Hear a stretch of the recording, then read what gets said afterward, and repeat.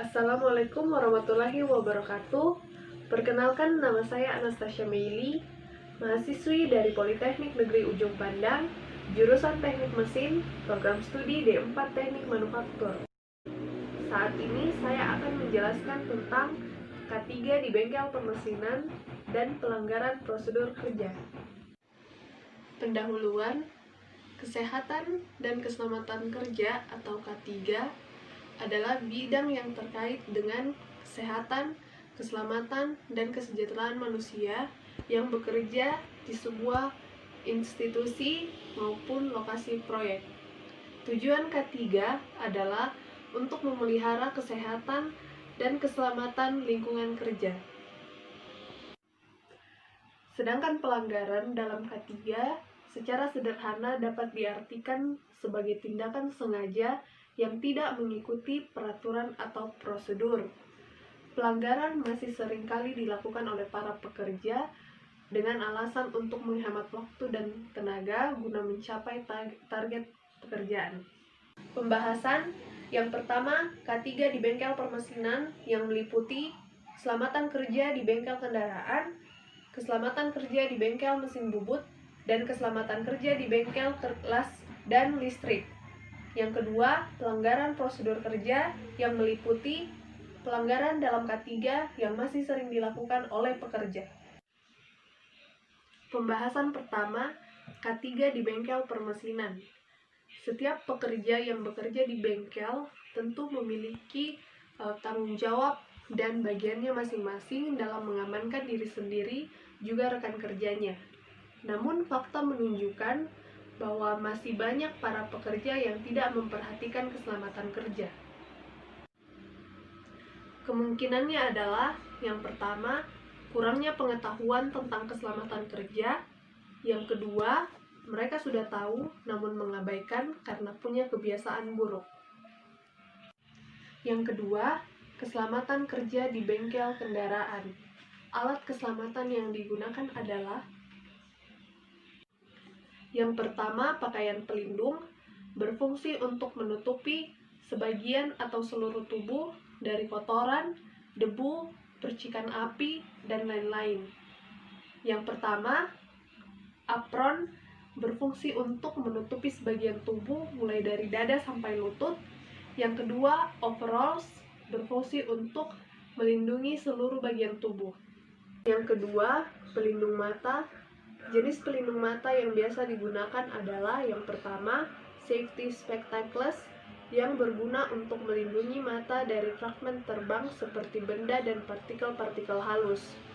Yang kedua, safety goggles yang berguna untuk melindungi mata dari bahan gas seperti asap, uap, kabut, dan cairan.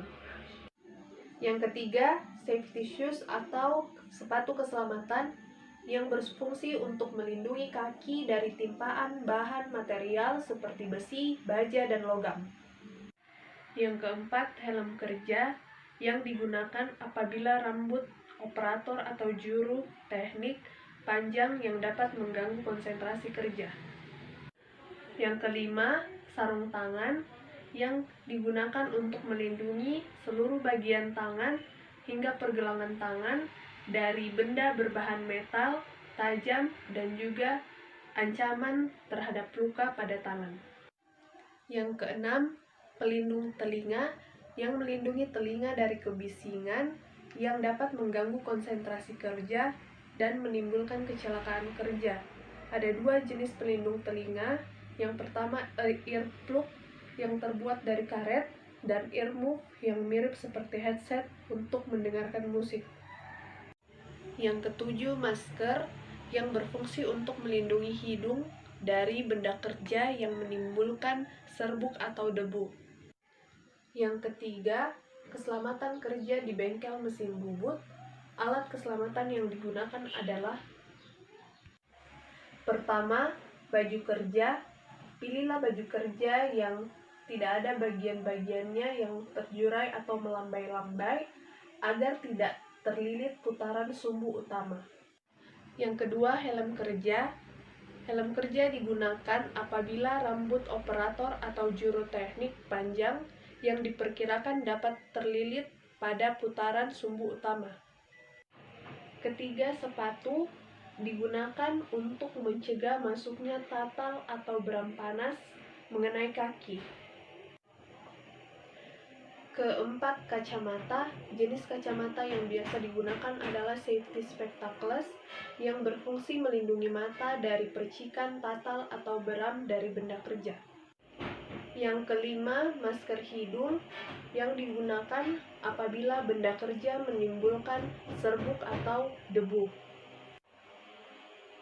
Keenam, alat pembersih yang biasa digunakan adalah sapu ijuk besar untuk membersihkan lantai dan sapu ijuk kecil atau kuas untuk membersihkan mesin bubut dari tatal atau beram. Yang ketujuh, lampu penerang dibuat memadai untuk bekerja baik pada siang, malam, maupun mendung. Pembahasan keempat, keselamatan kerja di bengkel las dan listrik. Alat keselamatannya adalah: yang pertama, pakaian kerja las atau apron yang digunakan untuk melindungi tubuh dari percikan las dan panas. Yang kedua, sarung tangan yang digunakan untuk melindungi kedua tangan dari percikan las dan panas material yang dihasilkan dari proses pengelasan. Kemudian, sepatu las digunakan untuk melindungi kaki dari kejatuhan benda yang berat dan tajam. Kemudian, helm atau topeng las digunakan untuk melindungi bagian wajah dari percikan las, panas pengelasan, dan sinar las ke bagian mata. Kemudian, masker las digunakan sebagai alat perlindung pernafasan dari bahaya asap las, karena asap las berbeda dengan asap biasa. Pembahasan kelima, pelanggaran prosedur kerja. Menurut Health Safety Executive Inggris, tipe-tipe pelanggaran dibagi menjadi 3. Yang pertama, rutin, artinya ketidakpatuhan terhadap suatu peraturan atau prosedur menjadi suatu hal yang umum. Tipe kedua adalah situasional, artinya pelanggaran dilakukan karena adanya tekanan waktu yang mendesak, keterbatasan tempat kerja, atau tidak memadainya peralatan kerja. Ketiga, eksepsional, terjadi pada kondisi tidak wajar atau abnormal dan kondisi darurat. Pembahasan yang keenam adalah pelanggaran dalam K3 yang masih sering dilakukan oleh pekerja. Yang pertama, kebiasaan berasumsi atau mengira-ngira. Para pekerja sering berpikir bahwa keadaan sudah aman sehingga tidak perlu melakukan tindakan apapun. Itu merupakan hal yang salah atau tidak benar. Para pekerja yang sering melakukan tindakan ini disebabkan oleh banyak faktor, diantaranya: yang pertama, pengalaman pekerja, pelatihan pekerja, tingkat pendidikan pekerja, dan budaya di tempat kerja. Yang kedua, membiarkan kecelakaan kerja dan tidak melaporkannya. Dilema melaporkan kecelakaan kerja biasanya disebabkan karena masih banyak pekerja yang menganggap bahwa kecelakaan kerja dapat berpengaruh terhadap performa individu yang mengalami insiden dan departemen dari individu tersebut. Yang ketiga, menggunakan peralatan kerja yang salah atau cara penggunaannya yang keliru. Biasanya disebabkan karena kurangnya pengetahuan pekerja, pengalaman pekerja, dan kurangnya pengawasan. Yang keempat, tidak menggunakan APD saat bekerja dengan alasan tidak cocok atau tidak nyaman, ketidaktahuan memakai APD, tidak ada waktu memakai APD, terlalu percaya diri tidak akan celaka, dan lupa kalau harus memakai APD. Yang kelima, terburu-buru dalam menyelesaikan pekerjaan. Efisiensi dan efektivitas sering dijadikan alasan oleh pekerja untuk melakukan pekerjaan dengan terburu-buru. Padahal hal ini dapat membuat pekerja tersebut melakukan kesalahan yang nantinya akan membahayakan dirinya sendiri. Kesimpulannya adalah, Kesehatan dan Keselamatan Kerja atau K3 dan pelanggaran prosedur kerja saling berhubungan satu sama lain karena adanya sebab akibat antara dua hal tersebut, di mana pelanggaran prosedur kerja merupakan akibat dari kelalaian kita dalam mengutamakan kesehatan dan keselamatan kerja atau K3. Saran, kesadaran dari semua pekerja sangat penting karena percuma kita sudah memberikan arahan dan penyuluhan baik itu tentang kesehatan dan keselamatan kerja atau K3 maupun pelanggaran prosedur kerja yang sering terjadi jika tidak ada kesadaran dari para pekerja. Oleh karena itu, semua tenaga kerja harus saling mengingatkan tentang pentingnya K3 dan kesalahan-kesalahan kecil yang bisa saja terjadi, baik itu pada saat mulai bekerja maupun pada saat sementara bekerja, agar semua tenaga kerja tetap aman saat bekerja. Ini merupakan video terkait yang berjudul K3 dan pelanggaran yang sering terjadi di bengkel.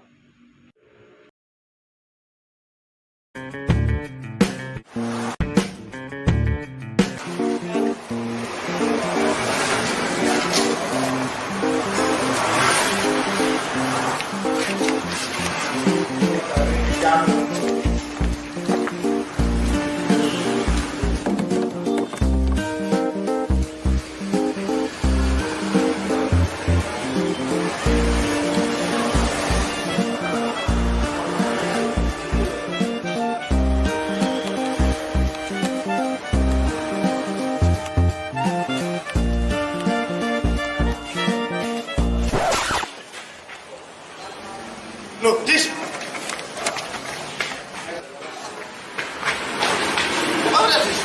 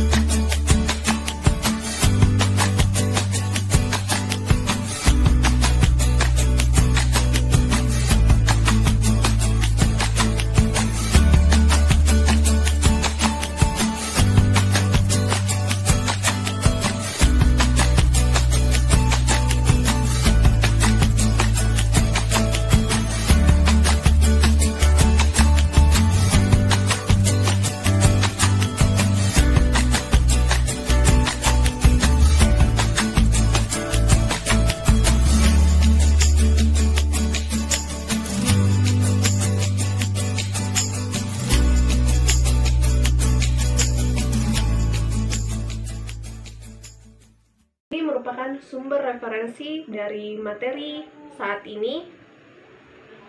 Sekian dan terima kasih.